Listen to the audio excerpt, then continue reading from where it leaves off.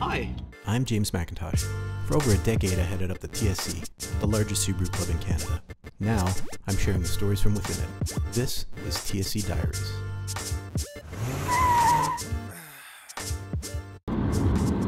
It is Friday, May 18th. I am James McIntosh Jr. Just coming back from Subaru Canada headquarters. Just had the opportunity to do some shooting and check out the new BRZ. The press fleet is back from out west where they had their press event in Oregon.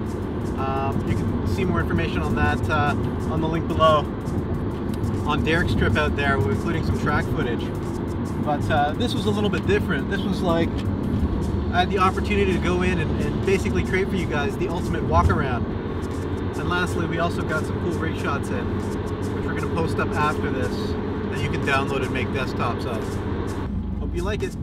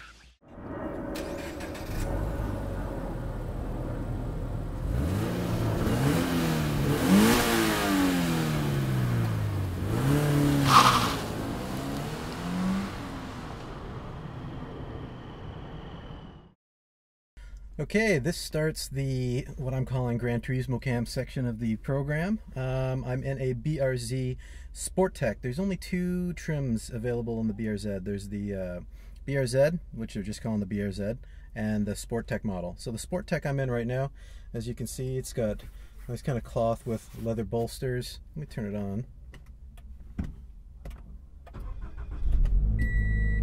Push button start, as you can see. Nav and stereo.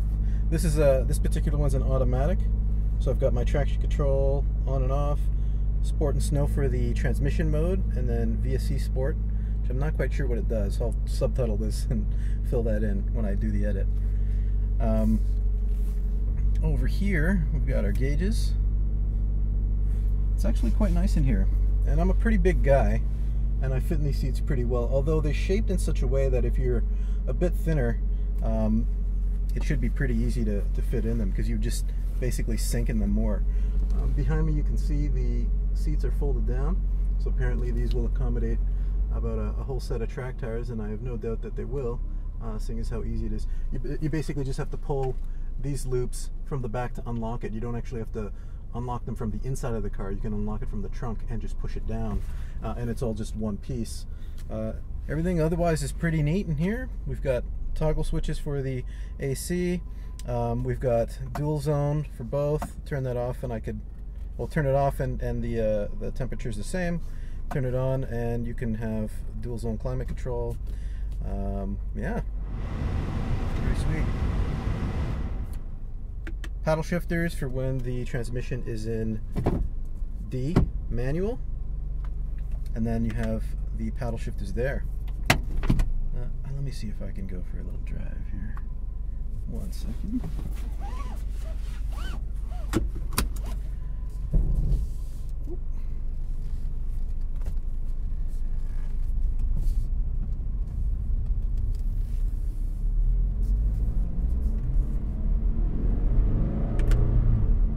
The paddle shifters actually shift quite quickly.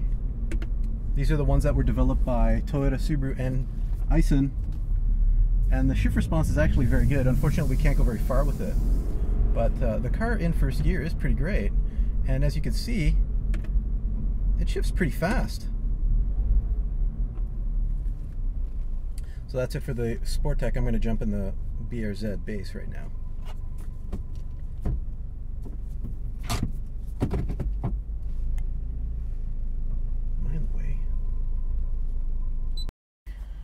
Alright, I'm in the base BRZ right now.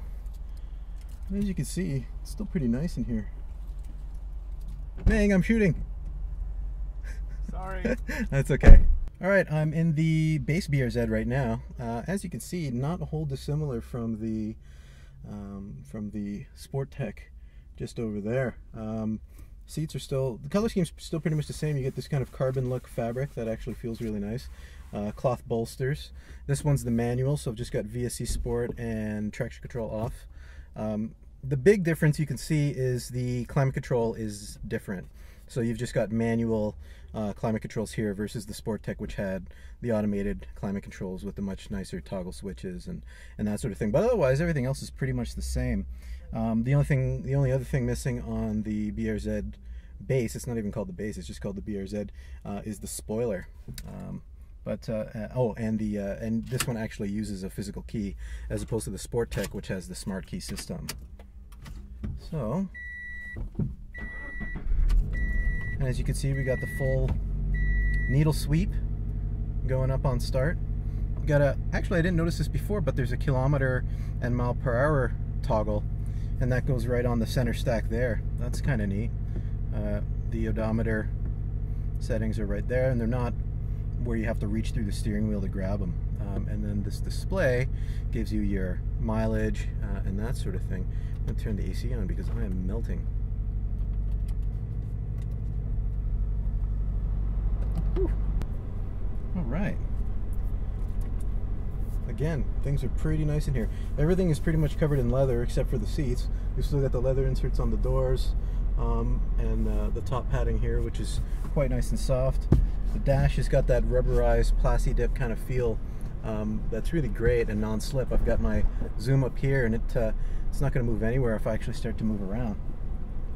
And as usual, we don't have a whole lot of driving ability in the car right now, but I'm just going to take it around the parking lot. Why not?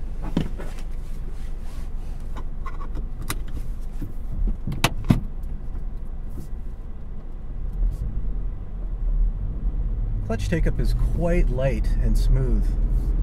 Doesn't feel jerky or anything of that nature. One great thing about this is that, you know, if you're a WRX driver, you're used to looking out over your hood scoop. With this, you see the fender bulges on either side, which is actually pretty great. It helps point the car, give you your center. But yeah, that's it for the BRZ. You know, for a car that's just a little bit more than a Civic Si, you get something that was engineered from the ground up to be a performance car, and I think that's pretty fantastic.